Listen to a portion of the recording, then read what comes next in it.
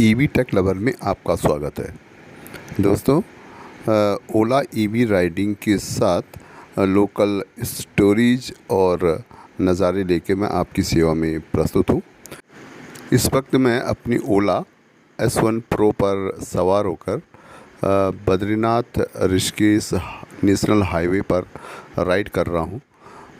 देखते हैं मैं आपके लिए इस दौरान क्या क्या नज़ारे और स्टोरीज ला पाता हूँ जिनको कि आप लाइव देख सकें।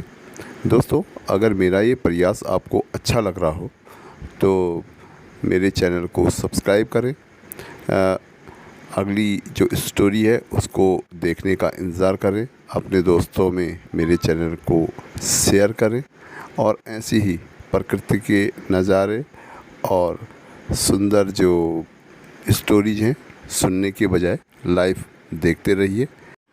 इस वक्त हम पहुंच चुके हैं स्वीत पुल के पास। ये जो सामने बिल्डिंग दिखाई दे रही है ये वीर चंद्र सिंह गढ़वाली जो यहाँ पे मेडिकल कॉलेज है उसकी बिल्डिंग थी। और यहाँ पे बगल में बाईं साइड में स्वीत गांव के लिए यहाँ से रास्ता जाता, पुराना रास्ता। और ये जो पिछली वाली साइड में ये रुद्रप्रयाग की तरफ ये हाईवे जाता है। और जिधर को हम बढ़ रहे हैं वो श्रीकोट और श्रीनगर के लिए हम बढ़ रहे हैं। तो चलो आगे बढ़ते हैं। यहाँ पे हल्की चढ़ाई शुरू हो गई है, ठीक ठाक चढ़ाई है।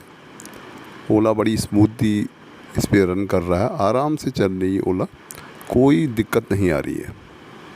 ये देखिए, ये काफ़ी तीखी चढ़ाई है यहाँ पर, लेकिन कोई दिक्कत नहीं आ रही है। जैसे कि मैं आपको बता चुका हूँ, मैं नॉर्मल मोड में ही चलता हूँ। और ये चल दिए, ये जो मेडिकल कॉलेज के लिए यहाँ से बाईं तरफ रास्ता निकलता है, एक बड़ा सा गेट बना हुआ है।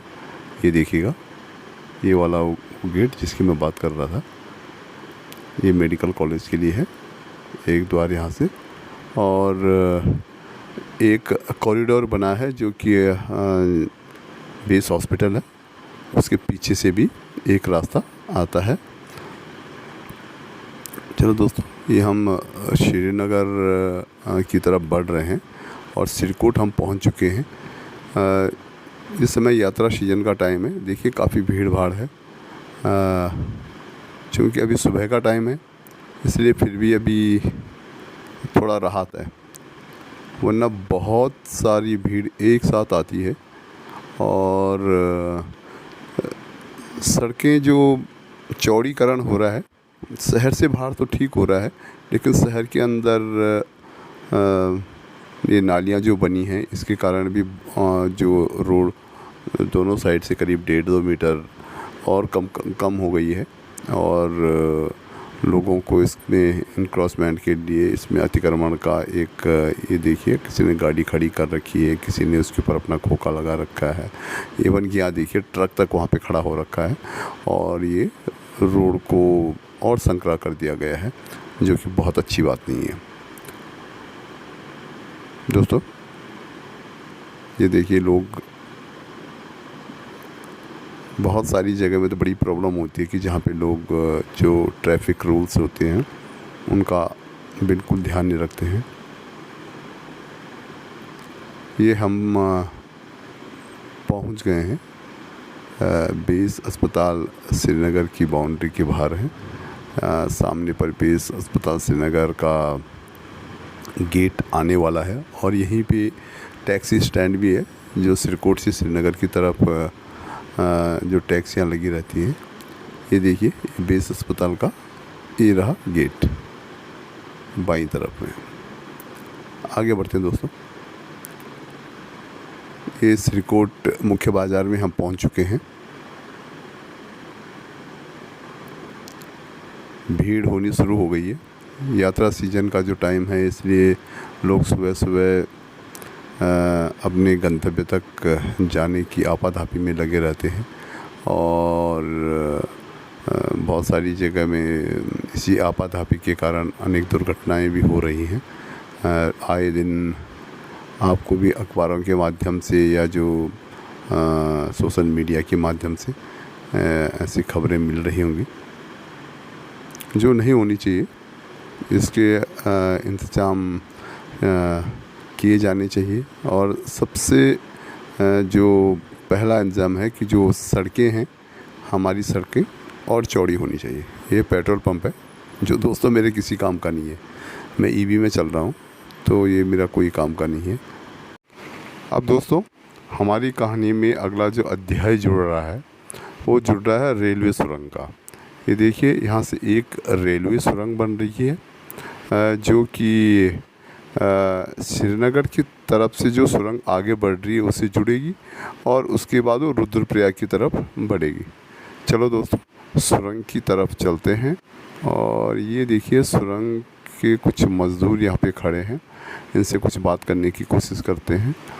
और मैंने इनसे पूछा कि जो ये सुरंग खुद रही है ये कितनी गहरी है, तो उन्होंने कहा कि 90 मीटर ये अभी खुद चुकी है। तो मैंने पूछा कि ये किस साइड को आगे बढ़ रही है, तो उन्होंने कहा कि ये पहले श्रीनगर की तरफ जुड़ेगी, फिर वहीं से रुद्रप्रयाग की तरफ आगे बढ़ेगी। चलो सुरंग को देखते हैं, कोशिश करते हैं सुरंग को यहाँ से देखने की। ये देखिए, ये कुछ भारी मशीनरी यहाँ पे रखी हुई है। ये देखिए दोस्तों, ये वो सुरंग है, साफ दिखाई दे रही है सुरंग। और ये बाहर शायद ये सीमेंट का जो स्टोरेज होता है वो है, शायद उसको पंप किया जाता सीमेंट को इसमें। और मज़दूर है। और यहाँ से दोस्तों जो मलबा निकलेगा उससे 2013 में जो बाढ़ आई थी उसमें जो चौरास स्टेडियम था, सेंट्रल यूनिवर्सिटी चौरास का जो स्टेडियम था, वो आधा लगभग 40% वो टूट गया था। तो उसकी फिलिंग की जा रही है। और इससे दो फ़ायदे हैं, एक तो चौरास स्टेडियम का पुनर्निर्माण हो जाएगा और दूसरा रेलवे के लिए ये सुविधा हो गई कि उनको कोई नया डंपिंग जोन नहीं ढूंढना पड़ेगा, जिससे कि अनेक गधेरे या जो छोटे नाले होते हैं वो ब्लॉक होके और नई दुर्घटना को जन्म देने का कारण बन सकते हैं। चलो दोस्तों, आगे बढ़ते हैं। दोस्तों, अब मैं अपनी ओला की सवारी करते हुए यहाँ पहुँच गया। अभी मैं पौड़ी में हूँ और करीब 5 सेकंड के बाद मैं टिहरी में हूँगा। ये चौरास पुल का हिस्सा है, जिसका कि जहाँ से मैं जा रहा हूँ वो वाला हिस्सा पौड़ी में है। और शायद अब मैं टिहरी में प्रवेश कर चुका हूँ। और सामने ये जो सेंट्रल यूनिवर्सिटी है उसका गेस्ट हाउस दिखाई दे रहा है। अब हम सेंट्रल यूनिवर्सिटी के बिल्कुल पास पहुँच गए हैं। देखिए दोस्तों, ये जो दाईं तरफ ये दिखाई दे रहा है, यहाँ पर पहले ये नीचे जंगल हुआ करता था। इस जंगल में रेलवे के द्वारा अपने जो मटेरियल है उसे फिलिंग करके चौरास स्टेडियम का जो नीचे का हिस्सा है वहाँ से फिलिंग हो रही है। अब मतलब 2 साइड से इसकी फिलिंग हो रही है, ऊपर से भी हो रही है और नीचे से भी है। आगे चल के देखते हैं। ये देखिए, ये हो रही है फिलिंग।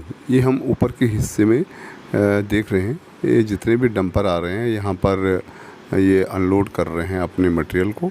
और उसके बाद जो भारी मशीनें हैं, डोज़र टाइप की जो मशीनें हैं, उनके द्वारा इनको पुश करके आगे बढ़ाया जा रहा है। और उसके बाद इसको नीचे उतारा जा रहा है और धीरे धीरे ज़मीन जो है ऊपर उठती जा रही है और आगे बढ़ती जा रही है। ये दोस्तों, हम सेंट्रल यूनिवर्सिटी के गेट के बिल्कुल नज़दीक पहुंच गए हैं। ये रहा दोस्तों सेंट्रल यूनिवर्सिटी का सिक्योरिटी का जो एक छोटा सा गेट। और ये वाला रास्ता भी सेंट्रल यूनिवर्सिटी ने लोकल जो लोग हैं उनके लिए अपनी प्रीमिसेस में इसको प्रोवाइड कर रखा है। क्योंकि जो स्टेडियम टूटा है उसके साथ ही एक मेन रोड थी जो कि ध्वस्त हो गई है। और यहाँ पर जो स्थानीय लोग थे उनको आने जाने की परेशानी हो रही थी। दोस्तों, यहाँ पर हम अपनी ओला को खड़ी करेंगे और उसके बाद 2013 की जो आपदा के जो घाव हैं मैं वो आपको दिखाता हूँ कि क्या कहानी थी इस इलाके की, जो बनने बिगड़ने की जो कहानी है, जो हम लोकल स्टोरी जो हम कवर कर रहे हैं उसको हम दिखाते हैं। ये मैंने अपनी ओला यहाँ पे खड़ी कर दी है। चलो फिर आगे बढ़ते हैं। ये देखिएगा दोस्तों, ये रहे वो दर्दनाक हादसे के घाव जो अभी भी शायद हरे हैं और उनकी मरम्मत की जा रही है। उनकी मरहम पट्टी आजकल चल रही है। ये देखिएगा, ये रेलवे के द्वारा जो मरहम पट्टी भेजी जा रही है उसको यहाँ पे लगाया जा रहा है। ये अभी ये जो काम हुआ है, ये फिलिंग का जो काम है, ये बहुत दिन हुए नहीं है। अभी मुश्किल से अभी 1-1.5 महीना ही हुआ है, लेकिन ठीक स्पीड से काम चल रहा है। ये देखिएगा, ये देखो, ये सारे उधड़े हुए जो हिस्से हैं स्टेडियम के, ये आपको दिखाई दे रहे हैं। ये अलकनंदा के तट पर, ये देखिए अलकनंदा का क्या विकराल रूप रहा होगा उस समय, ये आप अंदाज़ा लगा सकते हैं। हुआ ये था कि इसमें जो निचला हिस्सा था, निचले हिस्से पे कोई प्रोटेक्शन वॉल नहीं थी और निचला वाला हिस्सा जैसी पानी की जोर से बहा और ऊपर का जो हिस्सा है वो ग्रेविटी के साथ साथ नीचे टूटता गया। और फिर तो ये जब हवा भी चलती थी तो तब भी ये लगातार टूटता रहता था।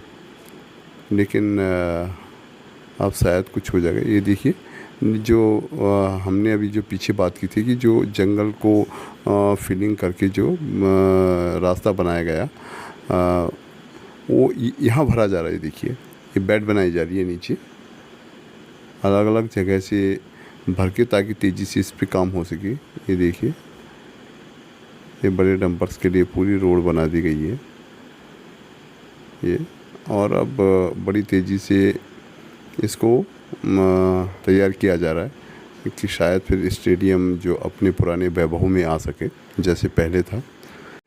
दोस्तों, ओला राइडिंग के साथ आपको ये लोकल स्टोरी और ये जो नज़ारे हैं ये कैसे लगे, इसके बारे में कमेंट ज़रूर कीजिएगा। मेरे चैनल को सब्सक्राइब कीजिएगा और अगले पार्ट का इंतज़ार कीजिएगा, वो भी इंटरेस्टिंग होगा।